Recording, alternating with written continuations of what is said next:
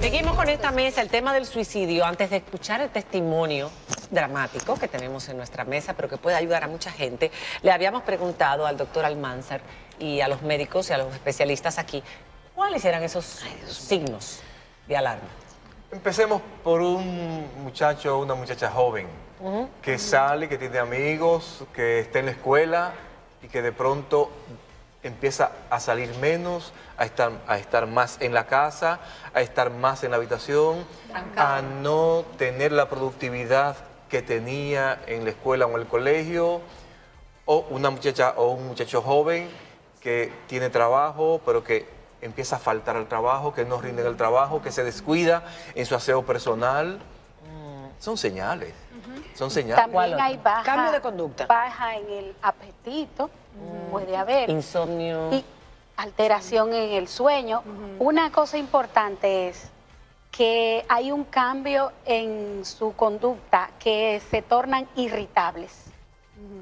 Poco pacientes. ¿Pero qué le pasa? ¿Qué? Como que no le entiendo. ¿Qué es lo que está pasando? Gente que dice, yo estoy de más en este mundo, un día de estos. Es que en los trastornos del ánimo vamos a tener síntomas emocionales, es decir, síntomas psicológicos, conductuales y fisiológicos. Los fisiológicos son estas alteraciones del apetito, alteraciones en los ciclos de sueño-vigilia. O sea, la gente duerme de más porque, ojo, no necesariamente aparece el insomnio, aparece la hipersomnia, personas que van a estar muy cansadas, agotadas y somnolientas sin algo que te pueda decir qué es esto lo que está sucediendo. A nivel conductual vemos el aislamiento, vemos personas que literalmente dejan de tener vínculos con la familia, con las amistades y están ensimismadas. En los adolescentes y personas jóvenes vemos la irritabilidad, pero en una población de más de 40 o 50 años vemos el estado de ánimo bajo, apagado, llorando. Pero puede pasar que en un momento determinado de la vida todos hemos pasado por eso. Es que, queremos estar durmiendo, aislarnos del mundo. Pero te dura 2 o 3 días. Claro, ¿cuánto es el tiempo?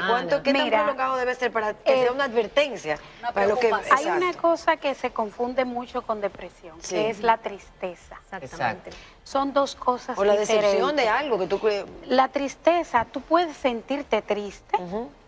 Hoy no tengo deseo de salir, estoy desanimado, qué sé yo, pero eso no pasa del día de hoy o un par de días. Es un estado pasajero. Claro, eso es normal. Ahora, si tú tienes un estado de ánimo bajo y estás en todos los signos que mencionó la licenciada, que dura más de 2 semanas, entonces ya tiene categoría de depresión. Sí, porque la depresión tiene niveles, tiene el nivel moderado y tiene la severa.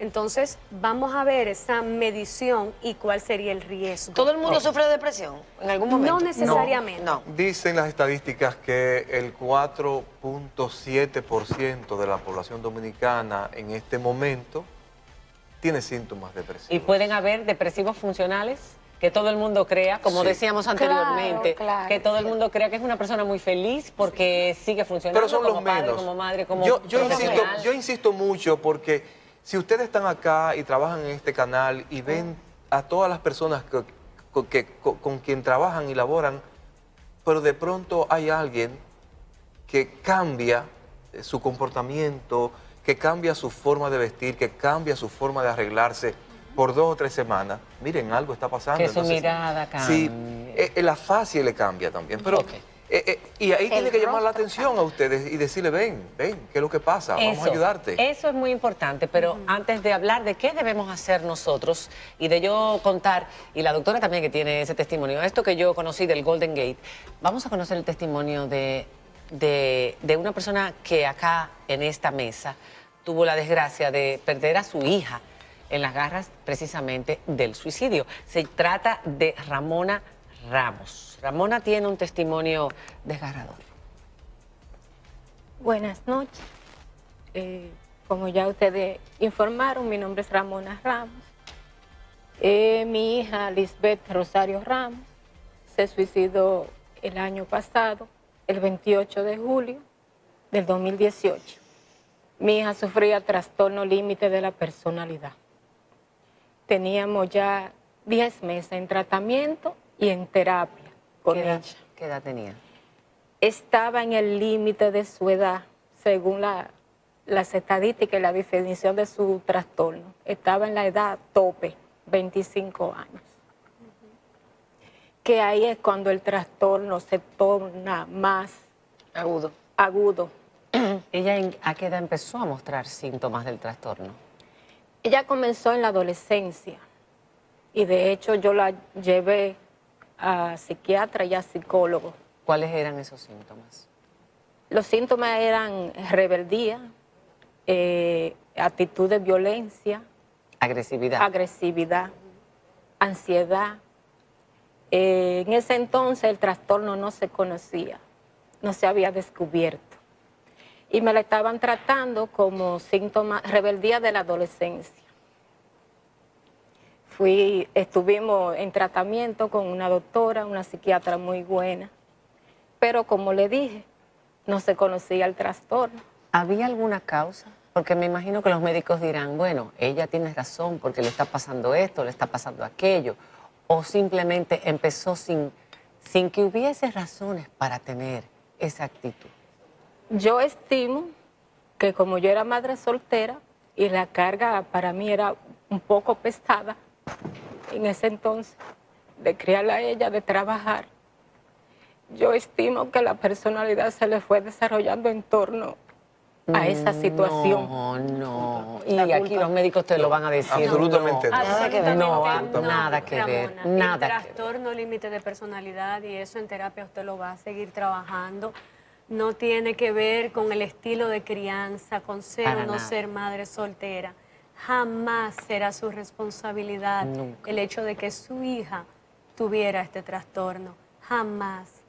Y esta es una de las cargas, Heidi, y La los doctores, culpa. que queda después de que Que- una que persona vamos a hablar de lo se que quita deja la un vida. suicidio. Y es que la familia, todo el mundo alrededor La culpa. se queda pensando qué no hice, qué pude haber hecho. Exacto. Y ese sentimiento de culpa que no necesariamente le toca.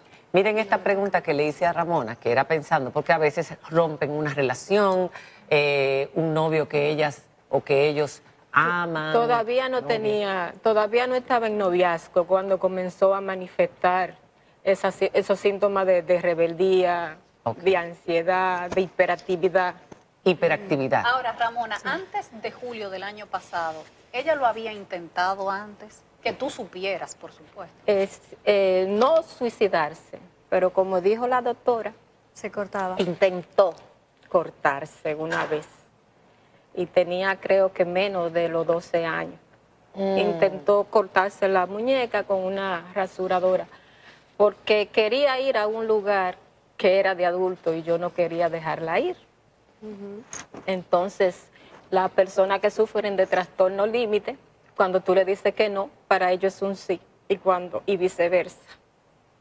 O sea, y no pueden manejar ese boicot de emociones y de sentimientos que no los pueden controlar, no lo saben controlar, sus emociones.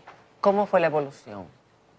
Desde que empezó con los primeros tratamientos hasta los 25 años.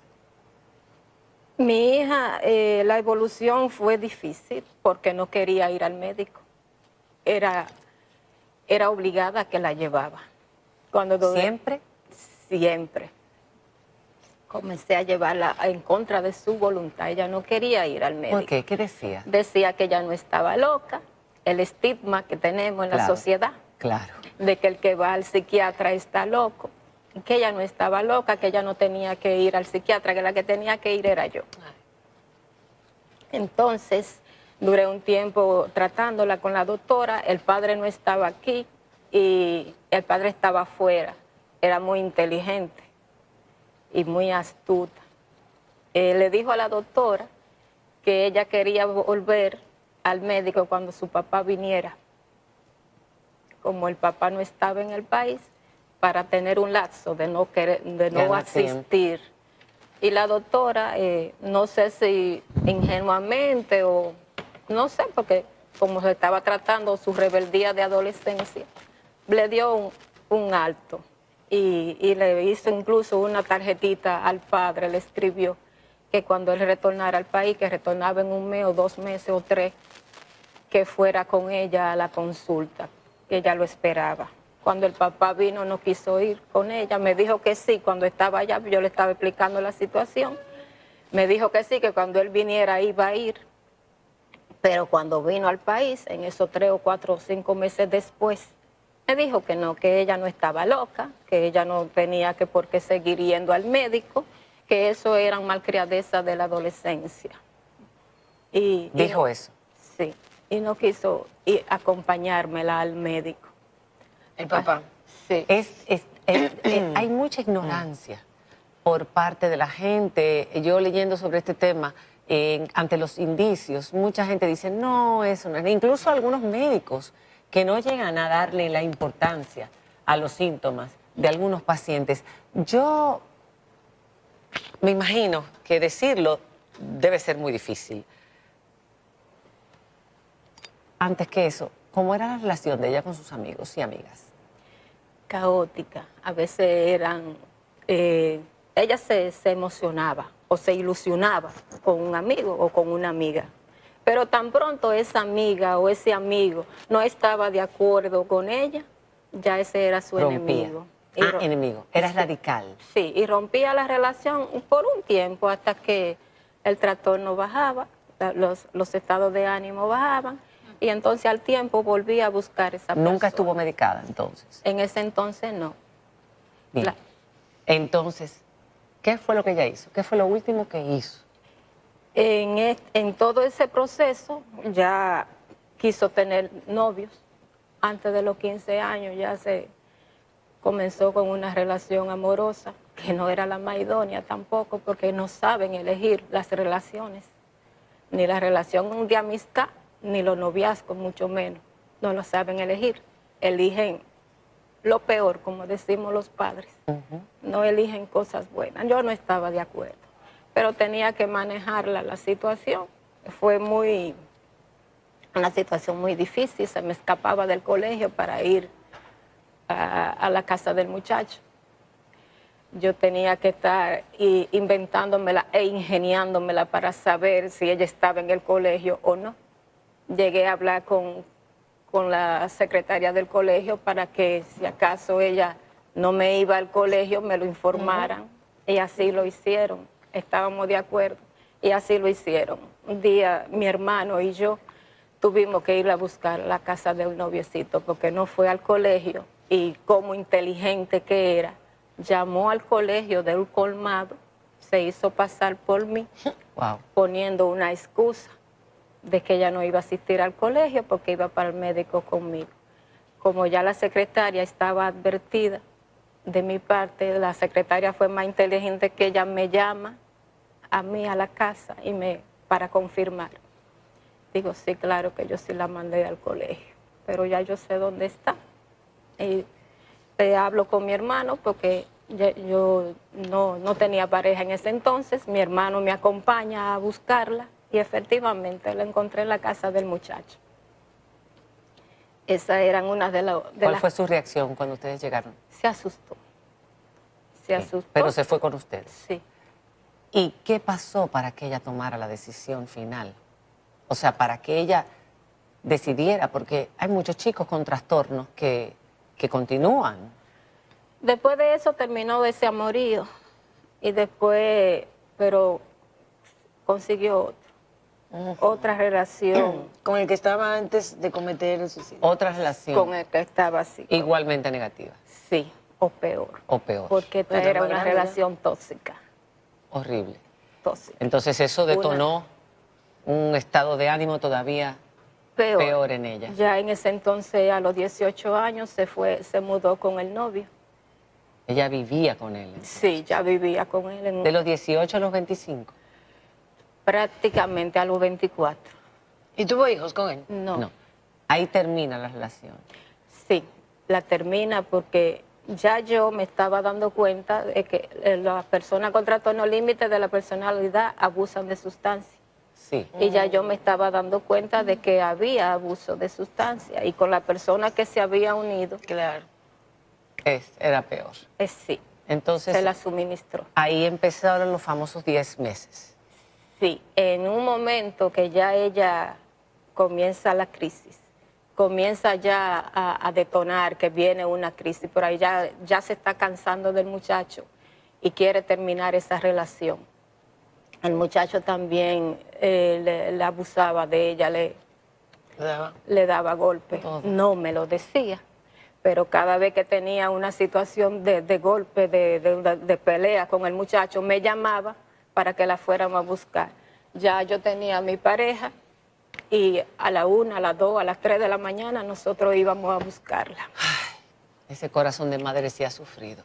Vamos a hacer una pequeña pausa para terminar con la historia cuando regresemos y continuar entonces con esto que nosotros debemos dejarle al público. Es difícil escuchar estos testimonios y como madre saber lo que ha sufrido ese corazón de madre y la valentía que tienes de estar aquí para poder ayudar a otras madres.